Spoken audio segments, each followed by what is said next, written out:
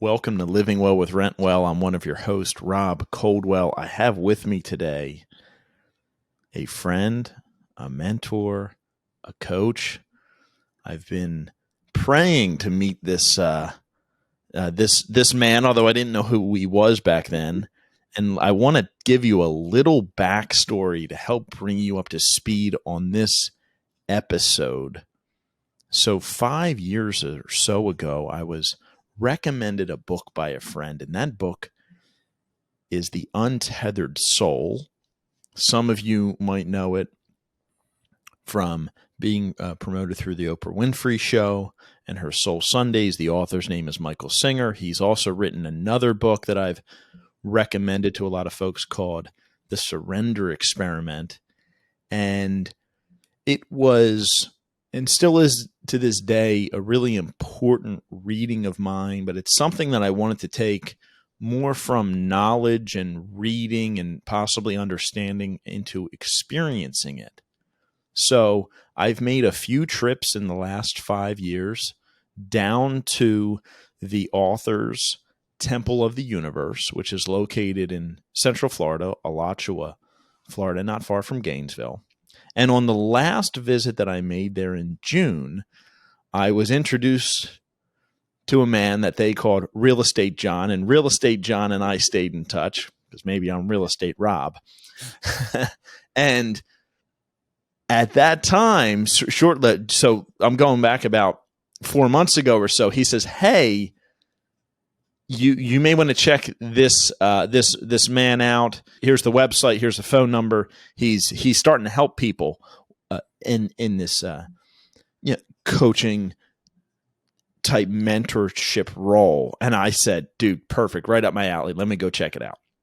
So I have with you today, Mr. Tim Davis. Mr. Tim Davis, welcome to the show.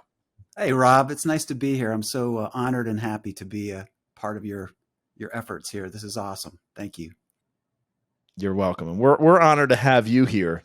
And the effort really is, I was hoping we could take some time and understand a little bit about your journey, right? So to complete this intro, you've been living at the Temple of the Universe as a resident for a little over 30 years.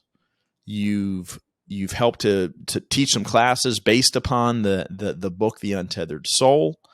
You are a spiritual and transformational coach. You use yoga, Christianity, mix of Buddhism, guided meditations, and you're volunteering now. I believe you're retired from business, and you had a job working for a photojournalist and online news for the Gainesville Sun, and later it says here, the director of development and production at the National Center for Construction. So, like, you have not just been living in some cave with a wooden spoon, avoiding all aspects of life and praying and meditating. And you've been living life, and you've been living life while living in behind you. For those that can catch this video on YouTube, it's a beautiful home.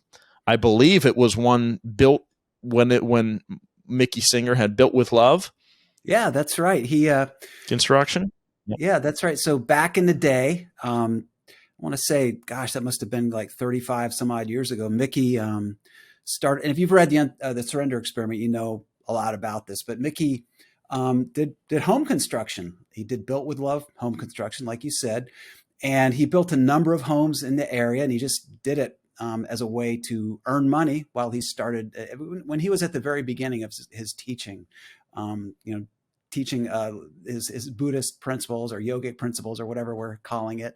And so he built these homes for different people. And this is the last home that he built. He built it for a professional golfer whose name escapes me, but he ended up, after once Mickey left the home construction business, he went into software development and medical management software development, and he did really well, as you'll note in the book. He's a really successful businessman, and he bought this house back, and he bought a number of the other homes back that were in the area, and to a point where I think he's close to 800 acres in this area that he's actually built and kind of built this ecological buffer, and that will stay natural, I think, for the rest of its existence. It's beautiful. Yeah, that's what's behind me. It's an amazing house. That's a great way to put it. And if you notice these kind of beams, that's exactly the same kind of beams and construction and sort of, finished sawwood that we have in the temple. So it's amazing. I really just love this space. I feel so, blessed to get to be here. My wife and I have lived here now for close to 20 And years. and how did you get to be there? So in general, just to be clear, right? I've lived on a temple. I think the closest word we have for it is ashram, right? It's a spiritual community based around a person, male or female, who has real clarity around the teachings and a committed group of core people who study with that person. And so that's really what we have here is the fact that Mickey he teaches every day, or excuse me, every 3 days, but we have twice a day meditations or singing or just some sort of worship or meeting. And my wife and I, well, first of all, I'm a very normal man, right? Like I'm just like the most average guy you're ever going to meet. I flunked out of the University of Vermont when I was I think 19 years old. I've just been all over the place doing all kinds of things. But when I was 29, I was got my first real job as a photojournalist at the Gainesville Sun, and my wife has moved down. She was going to go to school at the University of Florida, and I had just gone back to school and graduated, so I ended up getting a journalism degree. And this friend of my wife said, "You should go check out Temple of the Universe." And this is back in 1990. And we had been married I think 8 months or something like that. And I was just starting my career. And so we go out and we walk up to this temple, and it's just a little, building kind of in this sort of mode of construction out in the woods.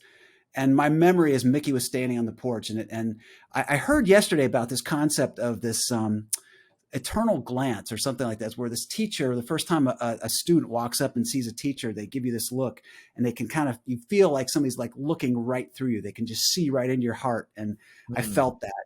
And I hadn't done much work on myself. I had a really amazing intention back then, but it wasn't, I didn't know how to work on myself.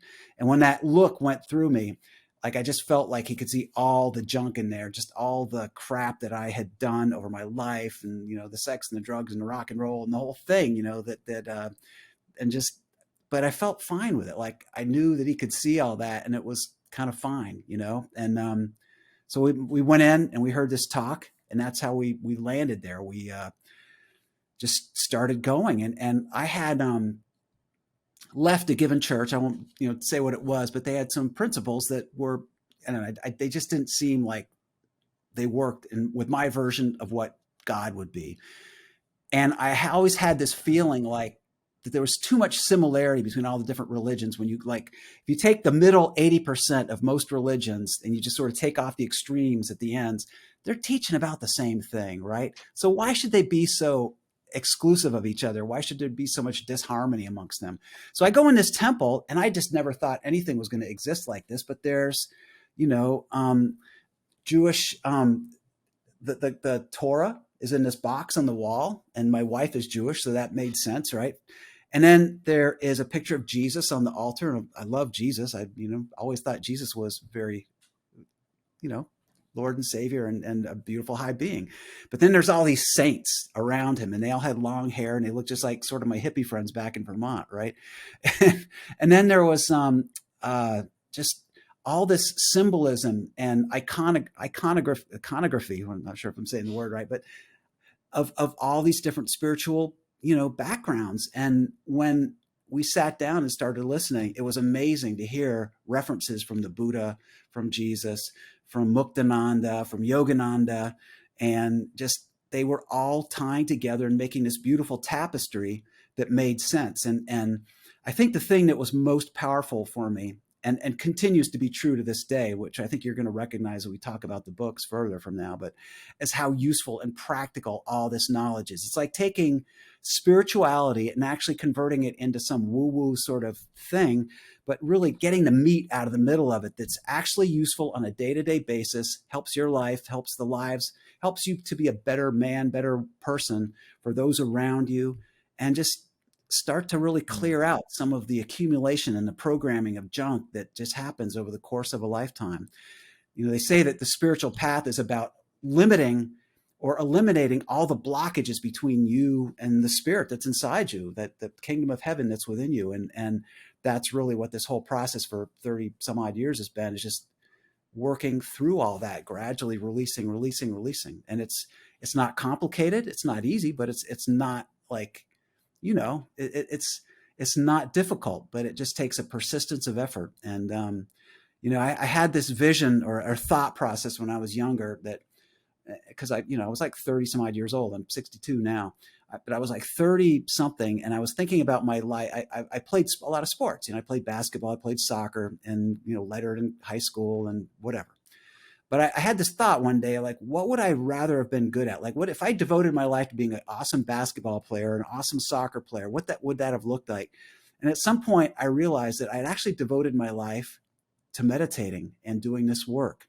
And twice a day we were coming out to the temple, because at first we didn't live here, and we'd drive out and we'd spend an hour plus, doing the spiritual work here. And I just started to see that work was literally the most important thing I could do, because it's at the core of everything we do. When you work at your core, you're going to the root. It's like if you're trying to make a tree healthy or a plant healthy, you go to the roots. You make sure it's got fertilizer and water, and then you make sure that there's sunshine on it. But you just work at the core. And that's what this work is. It's about cleansing. It's about working. It's about clearing out all the unproductive programming that we have. And it just makes it that much easier to be happy under more conditions in life. If that was the one thing, I would say that you get from all this work, Rob, is that it's one thing to be happy because you're a complicated person. You have to have the right car and the right house and the right whatever, right? Just the right relationship, the right set of circumstances around you so you can be happy. But if any of those goes haywire, you are in trouble, right? Your psychology is going to, your energy is going to start to, crumble apart. This work is about being happy all the time. And that's the thing that Mickey talks about, is you can be ecstatically happy all the time. Now, it takes that consistency of effort to get there.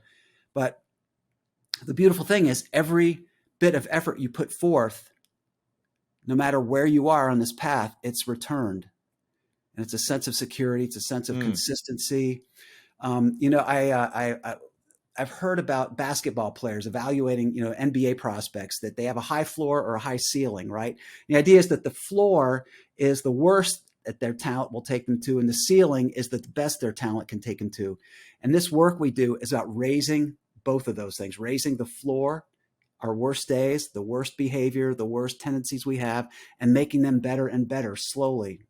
And making our ceiling, like the most potential that we have, the clarity that we have, the ability to focus, concentrate, get to our best days. There are more best days, and they're higher and they're better. So that's been, it's a long answer to your question of how I landed here. But basically, we came out and it resonated like in a way that I never thought anything could. I never thought there was a place like this. And the quality of Mickey's writing and teachings, he's taken these concepts that are thousands of years old. You talk about Buddhism, Buddhists are really amazing, right? Their way of looking at the world from the earliest days was to make lists. They're like the preeminent sort of eight personality. Like the Buddha must have been amazing, right? It's like the Eightfold Path and the 5 Ways of Happiness and just all these different lists. And Mickey takes that era. Those are 2,200 years old, right? Those teachings of the Buddha. And these yogis, they go back thousands of years, taking all that and converting it into a teaching and a training that works in really normal ways for normal people, logical, task-driven people find benefit from this, and they grow and they learn and they bloom. I've seen so many people go from being non-productive, incapable of actually having good days, to slowly, with effort and time, becoming really powerful people who could handle their shit and do their thing and become really strong, happy, productive people. Big answer. I love that you bring that up, because there's a scale that a friend uses that he calls it the AG flap scale. It's apathy, grief, fear, lust, anger, pride. And then it gets into these higher vibrations of courageousness, acceptance, and peace. And I bring that up because I feel like, first of all, I don't know how to define, and maybe you can, a succinct answer for what is this quote unquote spiritual work. We know what it means to physically work our bodies. We would know what it means to learn a new skill, right? And then I almost feel like the spiritual work almost starts to get into some more of like an emotion and whatever. But before I go there, the many times when I was learning that acronym, which has been super helpful to me, it was, I want to rise to a level of courageousness, acceptance, and ultimately peace. But a lot of what I was thinking was, well, I don't want to be apathetic. I don't want to not have a business if I'm meant to be. I don't want to not raise my children and care about their emotional state, their grades, get them to karate, bring them home, make dinner. Like, I'm not trying to avoid life. I want to show up fully to life and just not have that roommate, if you will. For anybody who's read Untethered Soul, that's where it kicks off, right? Where he's sitting on the couch and he's saying, hey, do you hear that voice in your head? Like, yeah, I hear that voice in my head. What's that all about? And then boom, this journey. So when you say work on the stuff and the spiritual work, how do you, what's layman's terms for that? That is an amazing question. It really, the best answer I can come up with is that you're becoming mindful. Okay. And that, I hate to even kind of use that word because it's become sort of cliched, right? But there's this practice that we do. So the first layer of work is this, right? Is that you meditate. And there's a lot of different ways of doing that. Some people are more find greater productivity meditating quietly, sitting still, and some people do better walking. There's a lot of ways to do it. But at the core of meditation is this idea that you see how your mind works. So you just talked about the voice in your head, and Mickey makes a big deal out of that. And it's an amazing realization. And it's actually one of my favorite moments when I'm working at the prison, Lancaster Correctional Institute, and I'm teaching Untethered Soul, and I talk to these guys about the voice in their head. And it's like sometimes the expressions, like the light that goes off in their eyes when they start to say, oh my God, there is somebody talking to me in my head. And that's amazing, like to realize that. But then you start to realize that maybe, just maybe, you can actually start to work, as you said, work with it and help that to be a more productive voice, to be a little quieter when it's better to be quieter, to use it like a real computer when it's time to think about, working on spreadsheets or doing some process or writing or thinking of ways to maximize profit on a given property, and who's your target audience, all that stuff. That's the good stuff that your mind can do, right? But when you meditate, yes, and the purpose of meditation is to just be able to kind of sort through that with a little bit of clarity, right? So if you sit still, and typically you fall into a breathing pattern, like there's a million ways to meditate, right? Like pretty much every religion has some version of meditation. And I don't think it has to be complicated at all. In fact, if you hear Mickey, he says, he uses just a simple mantra of, I can handle this. I can handle this. I can handle this. That's really powerful because you're just sort of preparing yourself to be able to handle whatever comes to you in life. For me, meditation is just a simple process of relaxing your body, relaxing the heart. And we can talk about the heart as a thing later on. I mean, that's some people, there's a step there to learn how to sort of find that place. Apparently most humans have been feeling with their heart. And I was like, learned that at like 35. Wait a minute, you all are. It's like this Facebook meme. The intern's like, wait, you are all getting paid? I was like, wait a minute, you actually feel? I just live life in my head. I only feel headaches. Oh man. been getting a lot better. But yeah, there's we can get to the heart. So we'll start, but maybe we'll get to that in episode 2 or something, because that's a whole thing on its own, right? But you start to learn what that dialogue looks like inside your head, right? And when you become clear enough and calm enough and you sit long enough to actually sort of find your normal resting state, if you will, then you can start to hear when your mind gets triggered, right? And that's really powerful because When your mind gets triggered, it can start this process of spinning up. Is I like to use that term. That's a term that people seem to get now, but it's like this voice in your head just starts talking, and it's trying to solve all of the problems that you've ever had historically, ever in your life. Even maybe some that are actually happening in real time, like in the current moment. But it's also typically looking far ahead in the future and just looking at everything that could ever go wrong and just multiplying them.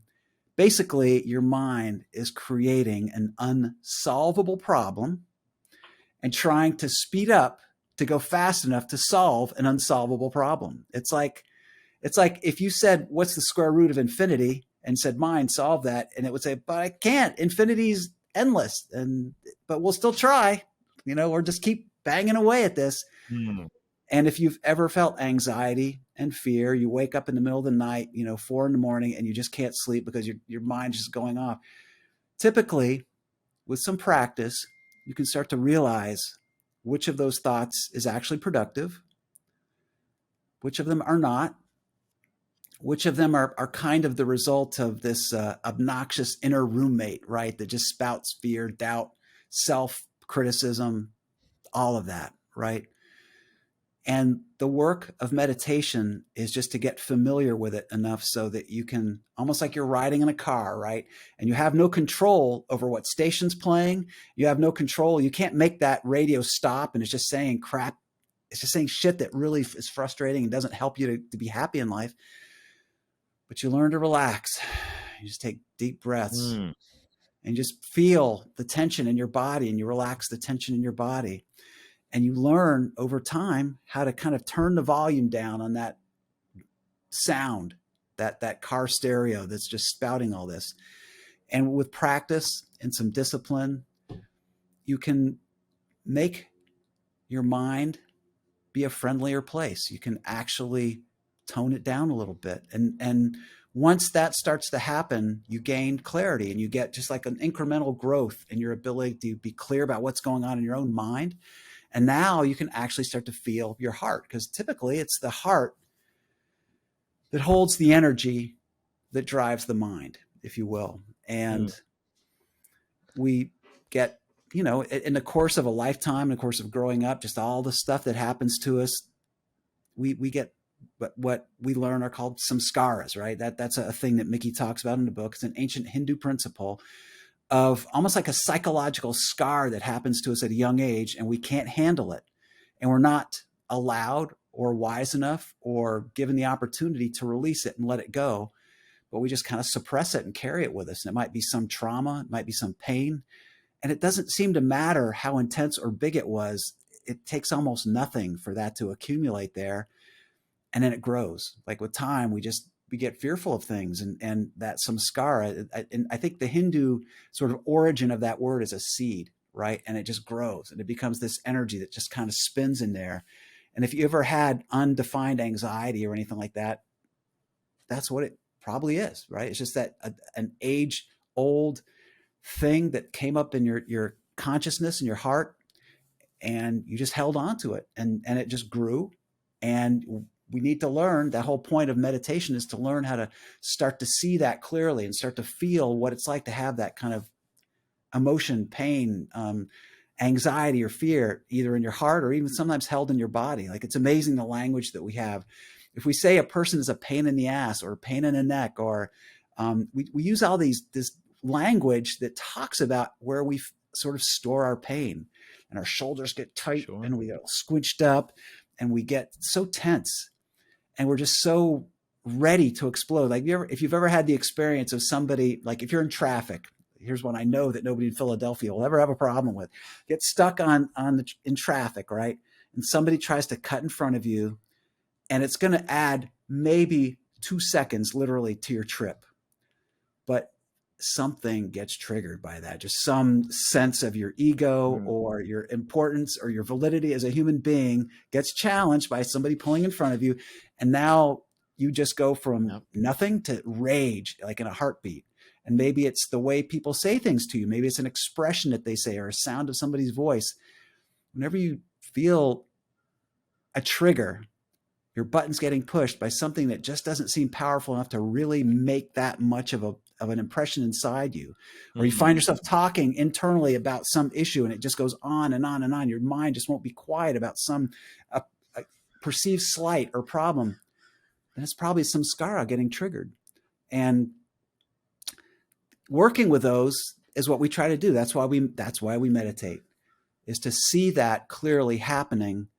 And then there's productive things that you can do with them. They're not pain-free, but it's like the yogis say, it's the pain that ends all pain, right? You do that work with yourself, you work, you release, you breathe, you do these things. And every step of that clears up some freedom, some energy, creates a bigger sense of peace and happiness. But it's a stair step kind of a thing. And it never doesn't seem to end exactly, but you do just reach a deeper state of peace that stays with you more and more. And as you get used to the process of releasing, it takes a few years, or maybe it doesn't, however quick it happens for you, then you come across difficulties in life and you'll see yourself get triggered, and you see them with optimism. You see them as an opportunity because you know what's on the other side of them. And that's when you're using your energy well. So that's the voice inside your head in a nutshell. It's the beginning of understanding of how we work inside. Okay. And then for those that say, I can't meditate, which is most people, when I'm talking about this topic, I can't meditate. What they're really saying is, it's not quiet up there. It's not enjoyable.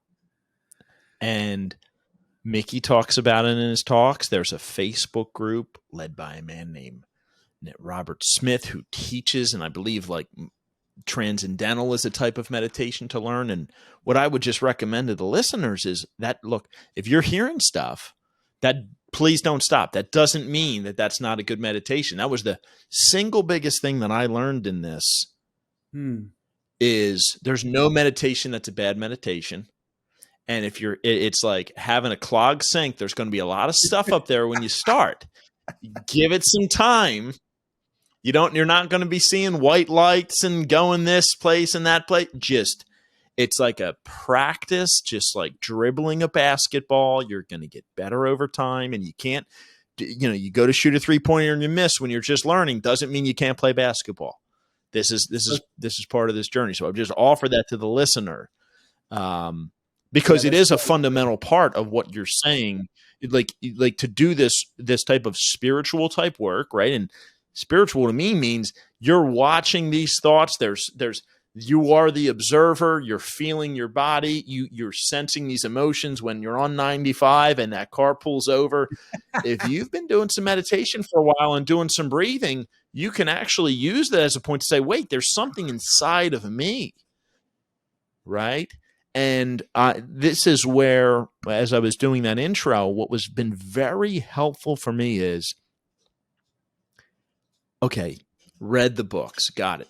Did that a few times, listened to it. Okay, go to tou.org, free talks. These talks that Mickey, that you're saying is 3 times a week. They're free. They're out there. They're 45 minutes long.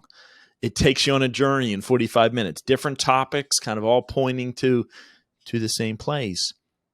Then for me, there were some visits to the temple. Okay, now I'm engaged in the talks more because I can feel the presence of the temple, and it's like taking a movie and not just listening to it, but experiencing it.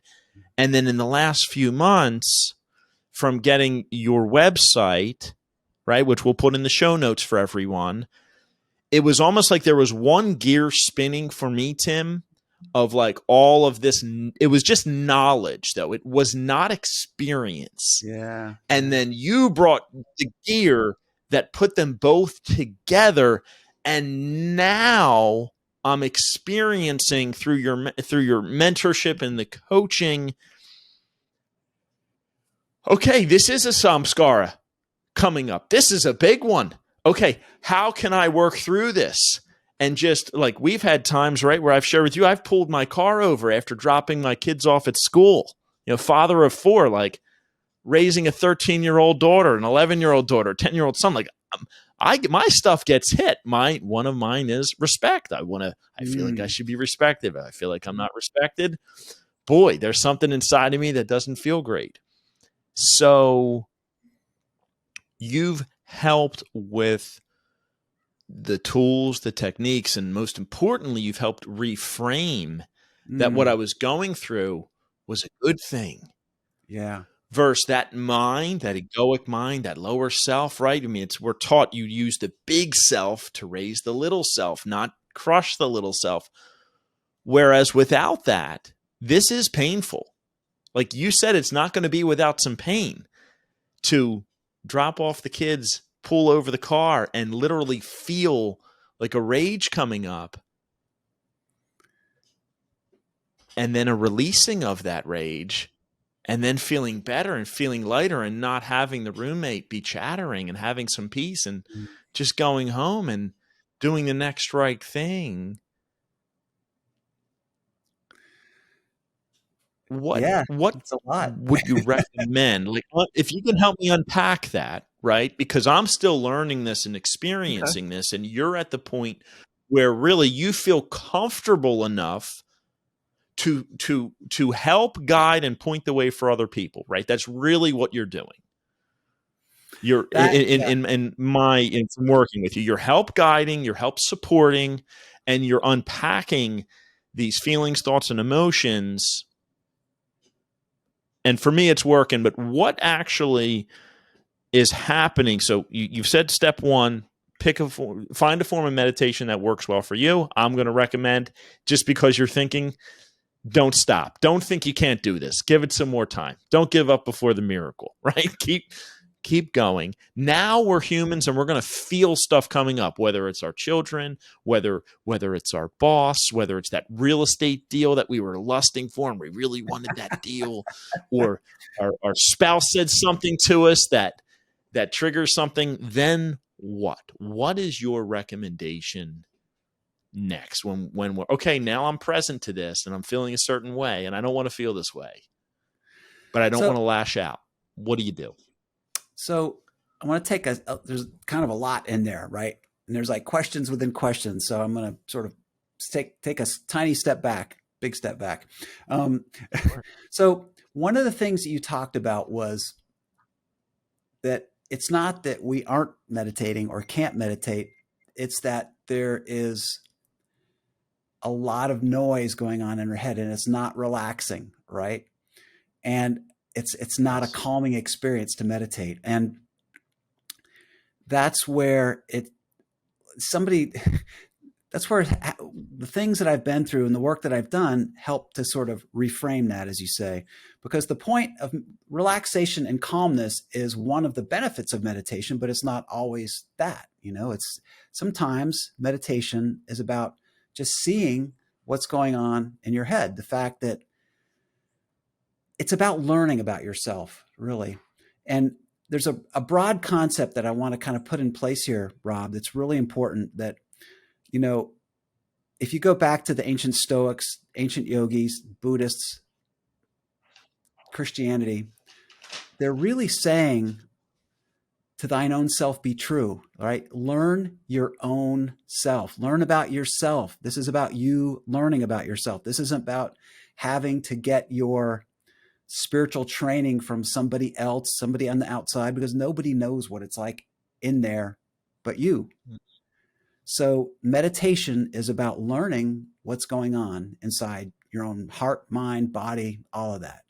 So that when you shut your eyes and you try to relax and it isn't relaxing, that's a challenge. That's just a thing that we're going to have to work through together. And that's where talking to spiritual friends or mentors or people, where you enroll in a meditation class or use a meditation app, a lot of it is about just getting over that initial hurdle so that you can find some comfort in that practice.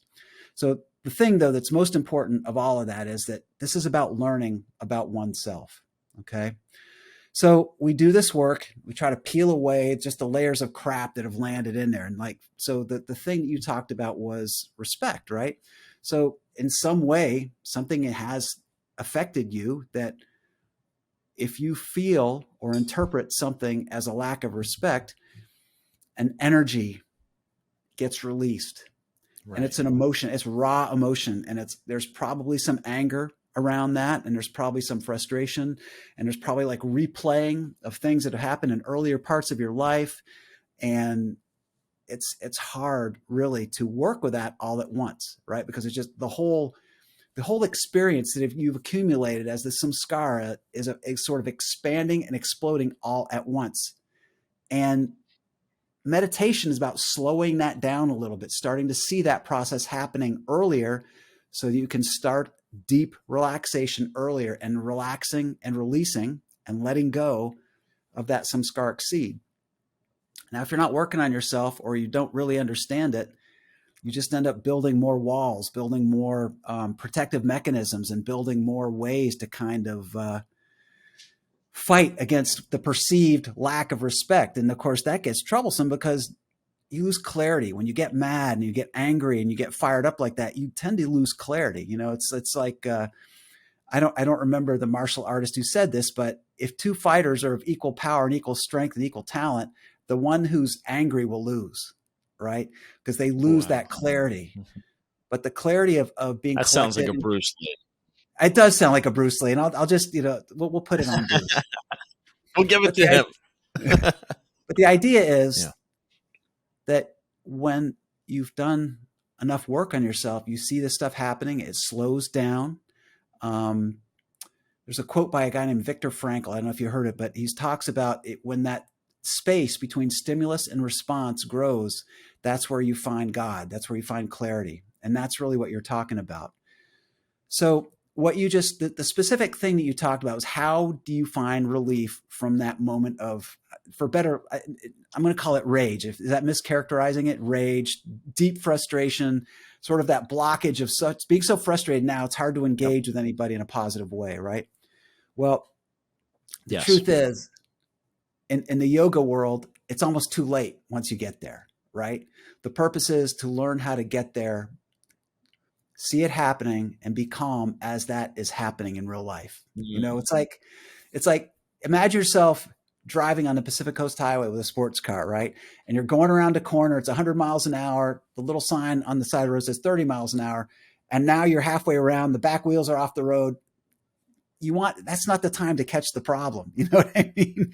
You want to catch that before you get to, say, 40 miles an hour. And that's the metaphor analogy that I would use, is that the purpose of this work is to see the signs ahead of that rage and have that frustration, and then have a productive method of working through it so that you don't have to carry it to your next encounter, your next interaction. You don't get mad at person A and then express it with person B because they're weak, vulnerable, or whatever you feel comfortable dumping on this other person.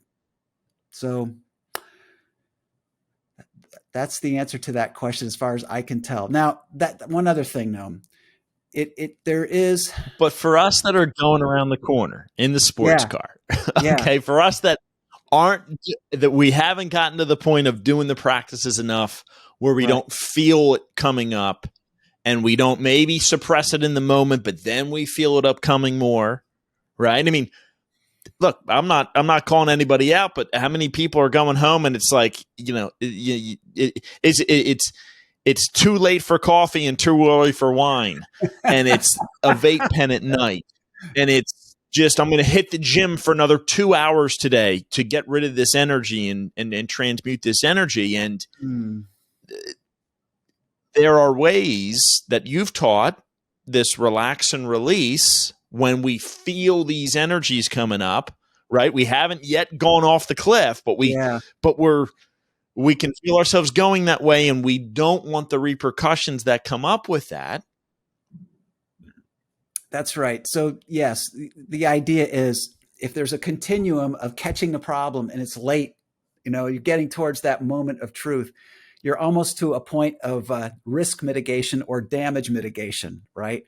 And if you do feel yourself sort of becoming unwise or thinking about, maybe you've made a commitment to yourself that you're not going to, drink, right? Or you're not going to overeat, or you're not going to smoke weed, or do whatever it is that you don't want to do as a coping mechanism, then catching yourself before you get to that point at whatever it is, you just stop, really. I mean, in a worst case scenario, like if you're encountering somebody and you're in a business meeting, say, and somebody's really frustrating you and they're just, it's not uncommon in the business world for somebody to throw personal jabs at you to knock you off balance. So you become weak as a negotiator, right? You sort of lose your balance, so to speak.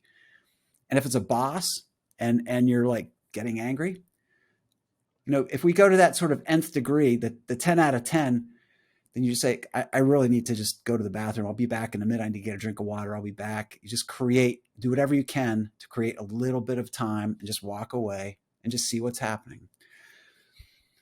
And all the moments leading up to that, you just don't do anything. You do your best just to not do anything. If the worst case scenario is you're going to do something unwise, you're going to do something that might damage your relationship with your spouse, your significant other, you just try to stop and see what's happening, see where this is going. And the relax and release part that you just talked about is one of the core pieces of this. That's one of the first things that we start to work on. And the origin of relax and release is when you do feel that samskara that we talked about, the way to get rid of it isn't to drink or isn't to smoke. That kind of just numbs that feeling. And yeah, it goes away, but you just don't experience it. It's like covering it up or just, not feeling it. But the idea is when you do start to feel that stress at whatever it is, you just release, just relax your whole body, maybe shut your eyes for a minute and just take a few deep breaths. That's sort of the most simple way. And a teaching that Mickey used to give back in the day was that when he was in his office, when he was running corporation and they were, went from private to a public company and, they were at a board and just all the different things that he went through, he was going through a lot, a real lot. And when you read that book, you see, what a lot is. And he would just do this practice where whenever he would touch a doorknob, he would go from one room to another, or he'd touch a phone. Back then, this is pre-cell phone. He'd touch a phone. He would just stop for a second. And he'd create these just like little pause moments throughout the day that are places to just take a look, what's going on. So you're preempting that unmitigated rage, that sort of momentum of anger that carries you deeper and deeper into your frustration and just makes a situation that's untenable, right? You're just trying to catch it early. And so, but when it does happen, Rob, you just try to create some space. You just try to calm yourself, take a deep breath. And when you talk about pulling over, that's awesome. It's like something in you saw where you were headed and what was going to happen. And right. Maybe, you have a support person that you can talk with it. And I'm really fortunate, right? I've got this whole spiritual community that I can count on twice a day meetings that I can go to kind of recenter, reorient, and get focused again. And that's one of the challenges of sort of being out in the wild, so to speak, is that, you've got to kind of create that within yourself. It's really hard to go this alone. And environment is a tremendously powerful part. Some of the yogis, I think it was Yogananda, talked about how one of the most significant factors in your growth and your focus on spiritual life is the environment that you're in.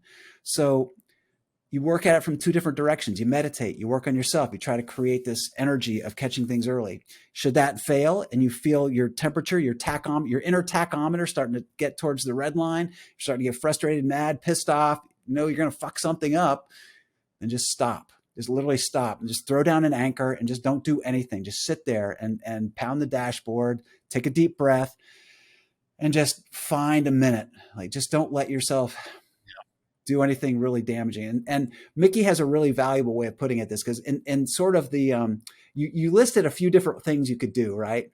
And you went from, I think, using, drinking, whatever, just a series of things. But one of them was going to the gym, right? And what I think is really valuable is to say, what would I be doing otherwise? And if you find yourself at a point where you're just enraged, you're going to do something terrible, going to the gym is pretty attractive as an alternative. So go to the gym, do that. Yes.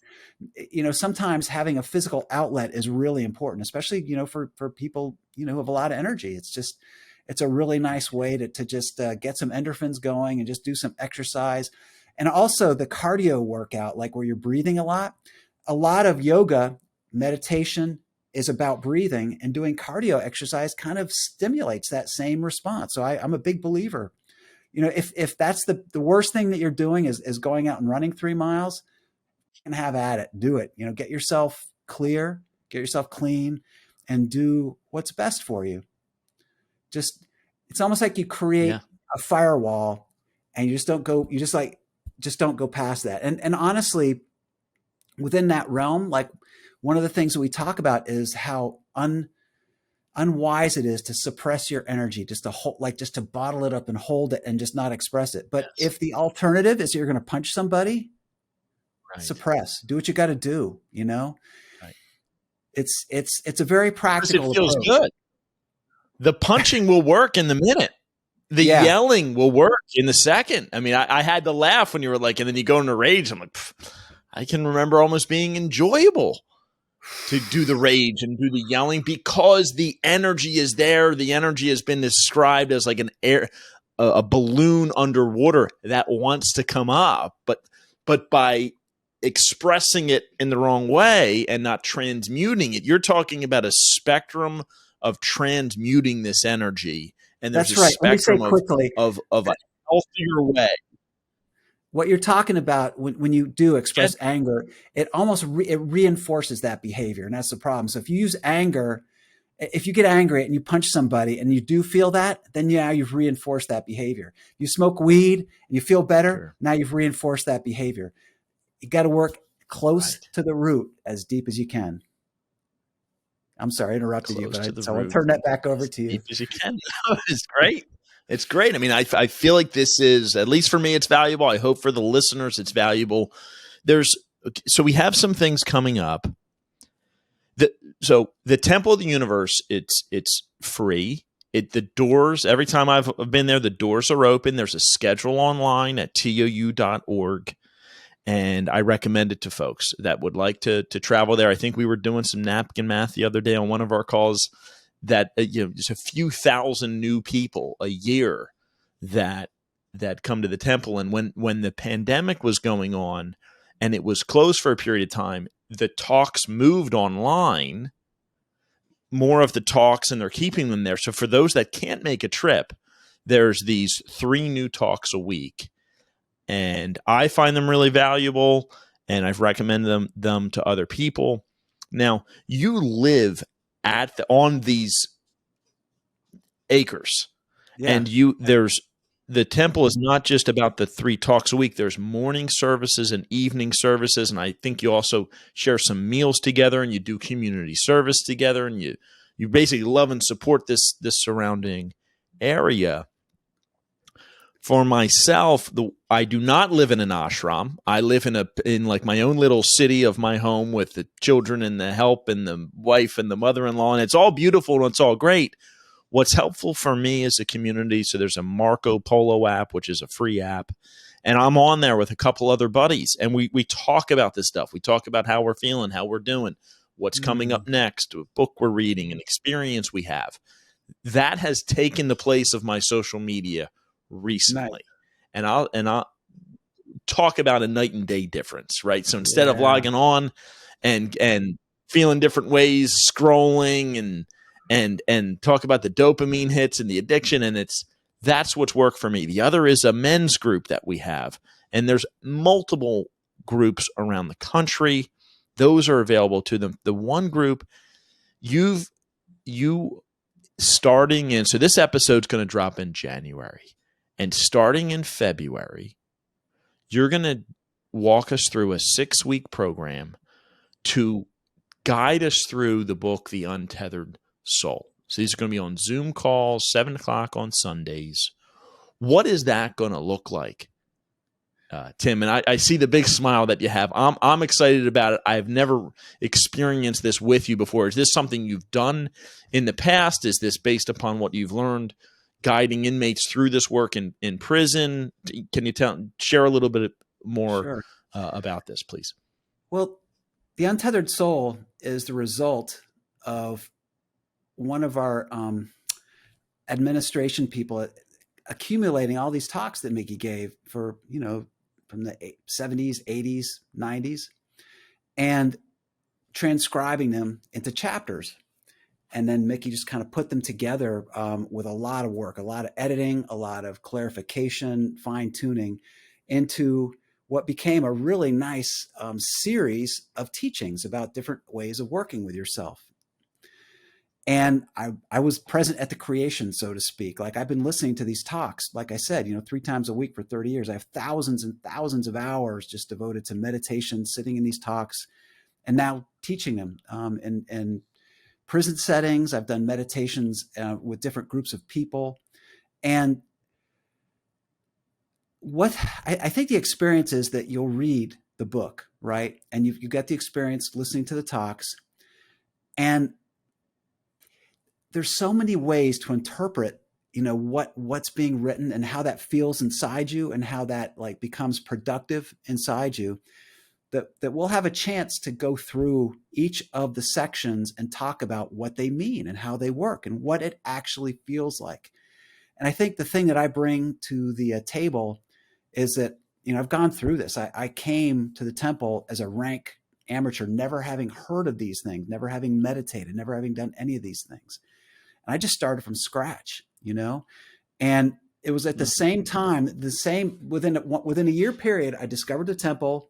I got married and got my first career job that I've been working for. And I actually advanced into becoming in that sort of photo management, if you will. I was a photo editor with running a group of people.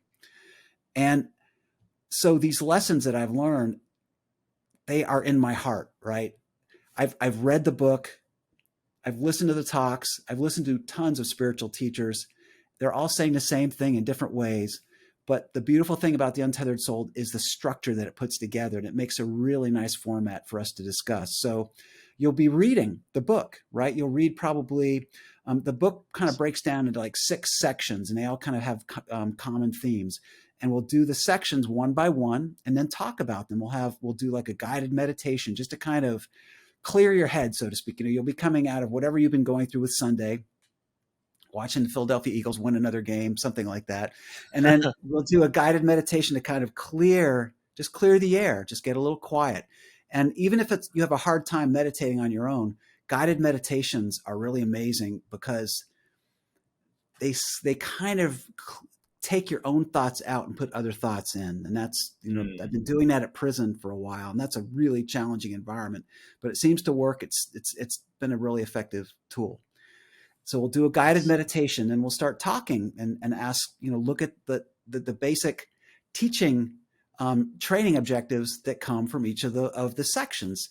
And we'll talk about them, and I'll ask questions and let different people talk about their experiences, with what that meant to them, how that pops up in real life, and basically kind of create the same spiritual community that I get to live with here. That's really my goal, is that it's not me per se, and it's not each of the individuals, but it's that group energy, the idea that where 2 or more are gathered in my name, therefore I be.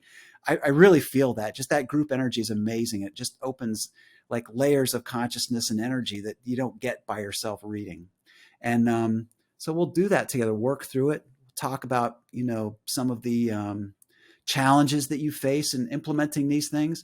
One of my friends called what I do as being an Untethered Soul integration coach. And I think that's pretty accurate, because these principles, it's actually easier. It's easy to make them more complicated than they are. It's easy to get kind of too mental about them, if you will.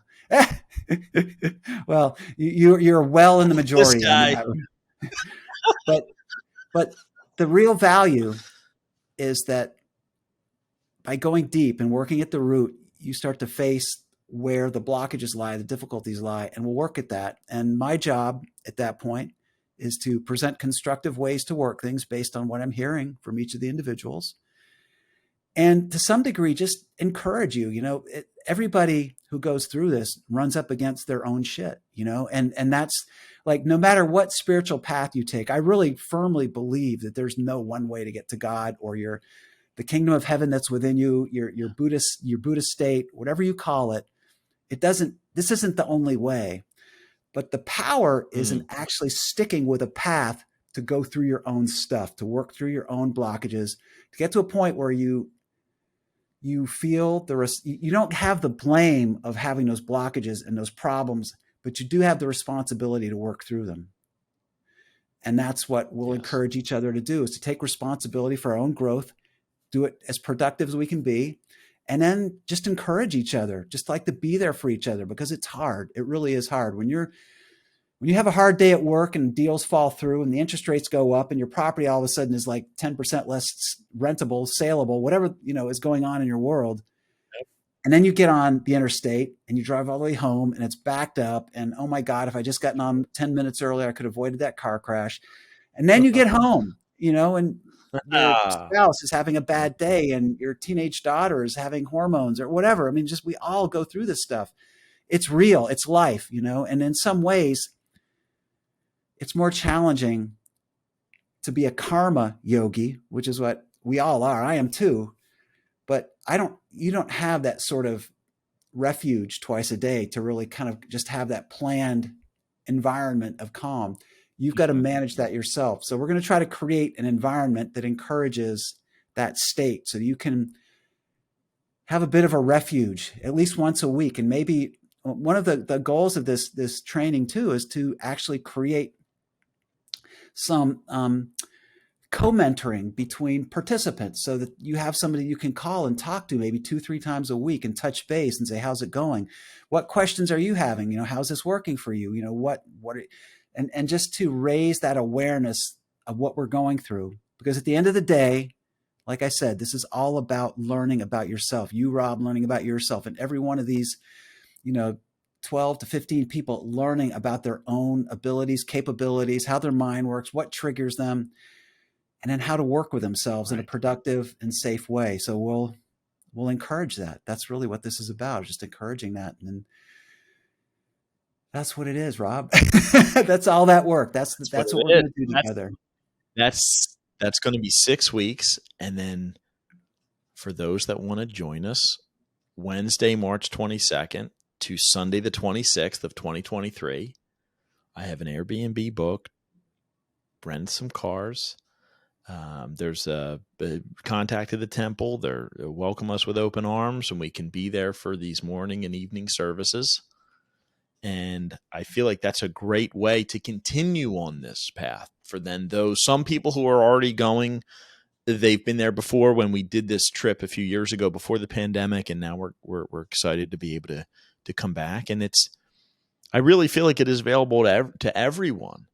And this is just one path that we're talking about here, which is great. And we're not saying that any other path doesn't work, and there could be paths we don't even know about that works. From my own experience, what this and working with you and now being able to more experience these tools, if you will, in my life is now I'm much calmer. I'm able to respond more productively to my wife, to my children. Guess what? And you've taught me this. Like before, I had this film of frustration. I didn't even realize I was frustrated and sending emails frustrated and text messages frustrated. And there I would get frustrated answers back. And now I can still get a frustrated answer back, but I understand that's what that person's going through. This has nothing to do with me. I'm doing me. And there's a power that I have now that I didn't have before. And so it's not a surprise that my bank account's increasing. The company's operating better. I feel more love back and forth with my wife and with my children. And I'm doing this work. And as these different things come in that hit my proverbial stuff inside, this spirituality means to me, okay, I have some tools. I am the one sitting inside that's feeling these feelings, that's experiencing these thoughts, even body sensations. Mm-hmm. And it's almost like having a car and the engine's running and you can hold the clutch in and almost like you're saying, this relax and the release. So I feel like this is a culmination that just really excited about, because I don't want to do this on myself. I am, but as you have a community down there and there's a limited number of houses. The temple's even a certain size. Right. We don't take We don't take people in as visitor or as, to live here anymore. It's kind of closed out. So yeah. Yeah. So you're Rob, willing just to to open, interject which I something real think is quickly. great. You Sure. thank you for all the kind words. And I just want to say that, you've done the work. Like I've watched you, you've